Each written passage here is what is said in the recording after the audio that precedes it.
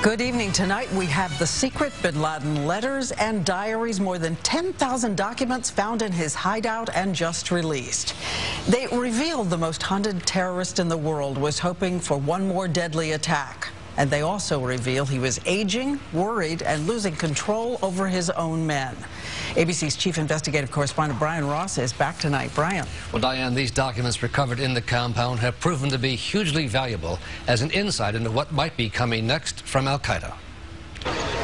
In his final days and in his final letters from the compound in Abbottabad, Osama bin Laden again and again ordered attacks on only the Americans but no one else. Just 5 days before he was killed, a tantalizing clue when bin Laden asked about a plot using poison being planned by one al-Qaeda team, but there were no further details in the documents released. In another letter, he sought 10 new recruits willing to study aviation and conduct suicide operations, apparently looking for a second 9/11 kind of attack. We see an individual that was a micromanager in more ways, I think, than we had previously understood.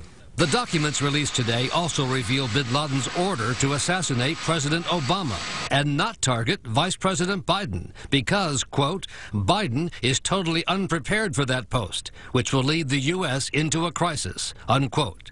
But it was a plot that never happened, and it's not clear that bin Laden's orders were even being followed. I'm reminded of the final days of Adolf Hitler in the bunker in Berlin when he was giving orders for divisions and armies to be moved around, and those divisions and armies didn't exist. The documents paint a portrait of a frustrated leader, afraid to move out of his Abbottabad compound because of U.S. drones, and obsessed with TV news coverage of him and his al-Qaeda network. We need to understand that a huge part of the battle is the media, bin Laden wrote. He was a somewhat pathetic old man, out of touch with reality, but the organizations that he spun off, like the groups in Yemen, they are still a threat. In fact, just today, al-Qaeda began to urge its followers to attack the U.S. in a new and troubling kind of method, by setting off forest fires. The terror group's online magazine provided detailed instructions on how to build a so-called ember bomb and where to place it in a hot and dry forest. Instructions that experts say were quite accurate. I think we need to take that very serious. And throughout the United States, we are in fire-prone areas.